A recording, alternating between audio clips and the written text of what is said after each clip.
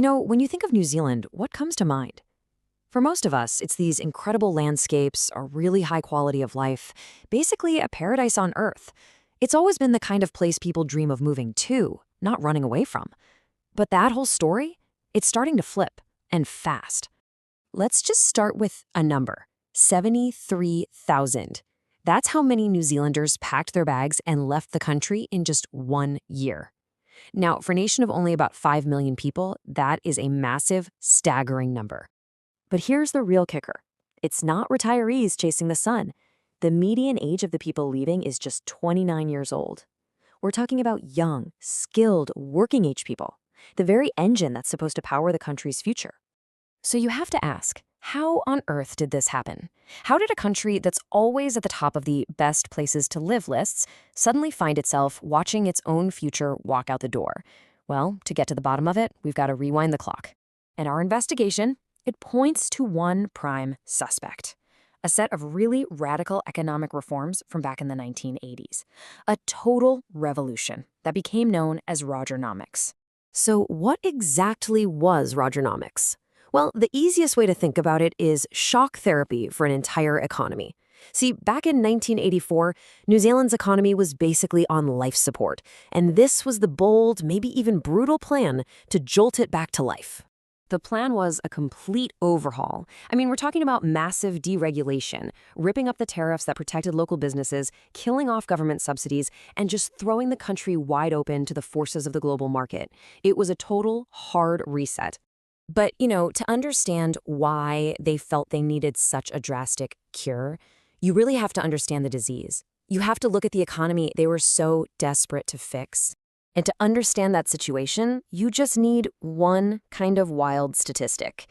In 1982, for every single person living in New Zealand, there were 23 sheep. The country wasn't just reliant on farming. Its entire economy was basically built on the back of a sheep. Just look at these numbers from 1951. It's insane. Over half of the country's entire export income came from wool. You throw in frozen meat, and suddenly 2/3 of the economy is tied to just one animal. And it was all being shipped to pretty much one customer, Great Britain. And then the whole model just broke. First, synthetic fibers get invented, and bam, wool prices collapse. Then Britain joins a European trade bloc, which slammed the door on New Zealand's main customer. By 1984, the economy was in a total nosedive. Something radical had to be done. And Rogernomics absolutely changed things, but it also had these huge unintended side effects. And maybe the biggest one of all was how it accidentally created a national obsession with one single asset: property. Okay, so here's how it went down. The deregulation suddenly opened up the stock market to everyday people. At first, it was an absolute frenzy. The market shot up 300% in just a few years. But then, the bubble burst in the most spectacular way, losing 71% of its value. It took 3 decades to recover. And the impact of that crash was just profound. An entire generation of New Zealanders got absolutely burnt. They were terrified of the stock market, so they went looking for a safer place to grow their wealth. And they found it in bricks and mortar. So at the exact same time, the government was pretty much by accident, creating the perfect recipe for a housing crisis. On one hand, they made it more expensive to build new homes with new taxes. But on the other hand, they made owning property the most tax-friendly investment you could possibly have. Just think about that. They were pushing people to buy existing homes while making it harder to build new ones. And the whole financial system just followed the money. Before all these reforms, mortgages were a pretty small piece of the pie for banks. But by 2020, they made up over 60% of all bank lending. The entire economy was shifting its focus to property. And the result of all this? Well, it's been a complete catastrophe for affordability. In Auckland, the biggest city, the median house now costs more than 17 times the median income.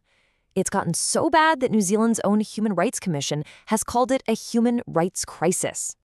But look, sky-high house prices are only half of the story. The other half is that wages just haven't been able to keep up. And this brings us to what's known as New Zealand's productivity puzzle. Let's just look at the raw numbers here. For every hour worked, the average Kiwi generates about $55 of economic value. Now compare that to $81 in Australia, the country most Kiwis are moving to, or $116 in the US. This isn't just a small gap, it's a chasm. And that gap translates directly into lower paychecks. So why is productivity so low? Well, decades after those big reforms were supposed to create this new, diverse economy, just look at what New Zealand is still selling to the world. Milk, meat, wood, fruit. It's still fundamentally an economy based on selling raw materials, not high-tech, high-value stuff. So instead of replacing farming with new, innovative industries, the reforms kind of just replaced it with construction and real estate, which has led to this really sharp description of the modern economy, that it's just a housing market with bits tacked on. And the investment numbers, they tell the exact same story. New Zealand spends about half the average of other developed countries on research and development. And it's a simple formula, right? Less R&D means less innovation, which means fewer high-value companies, and that ultimately means lower wages for everyone. And all of this leads to the country's current and seemingly impossible problem. It looks like New Zealand is caught in a trap that it built for itself decades ago. There are really two ways out of this mess. Option one, you fix housing by making it cheaper. But so much of the country's wealth is now tied up in property that a big price drop could trigger an economic crash, not to mention a massive political revolt. Okay, so option two, fix incomes by boosting productivity. But the country's small size and its sheer distance from major markets makes creating those high-wage industries incredibly difficult. In the end, there are just no easy answers here. The cost of living has become unsustainable, but the wages can't seem to catch up. So for that 29-year-old Kiwi looking at their future, it all boils down to one really tough question. When it feels like paradise is broken and there's no clear way to fix it, is the most logical choice you have left to simply leave?